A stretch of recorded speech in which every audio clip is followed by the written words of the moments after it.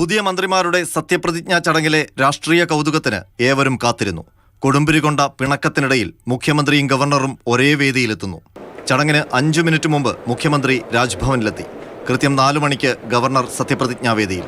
സദസ്സിനു മാത്രം ഗവർണറുടെ കൂപ്പുകൈ.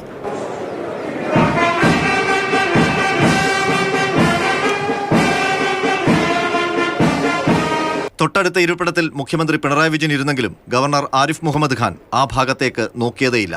കടുപ്പിച്ച മുഖവുമായി ഗവർണർ. സത്യപ്രതിജ്ഞ ചെയ്ത മന്ത്രിമാർക്ക് ഗവർണർ വക ഹസ്തദാനവും പൂച്ചെണ്ടും.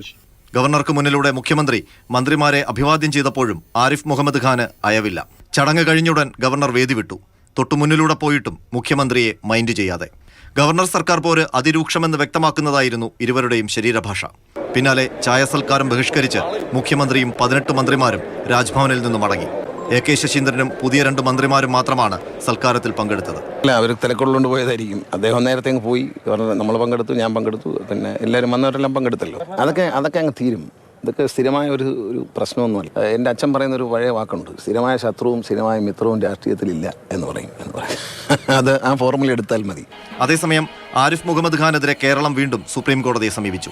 ബില്ലുകൾ രാഷ്ട്രപതിക്ക് അയച്ച സാഹചര്യത്തിലാണ് പുതിയ ഹർജി. സമയക്രമം അടക്കം ഉൾപ്പെടുത്തി ബില്ലുകളിൽ തീരുമാനമെടുക്കുന്നതിന് മാർഗരേഖ പുറപ്പെടുവിക്കണമെന്നാണ് ഹർജിയിലെ ആവശ്യം. ഭരണഘടനാ അവകാശം പാലിക്കുന്നതിൽ ഗവർണർക്ക് വീഴ്ച പറ്റിയെന്ന് വിധിക്കണമെന്ന ആവശ്യവും ഹർജിയിലുണ്ട്.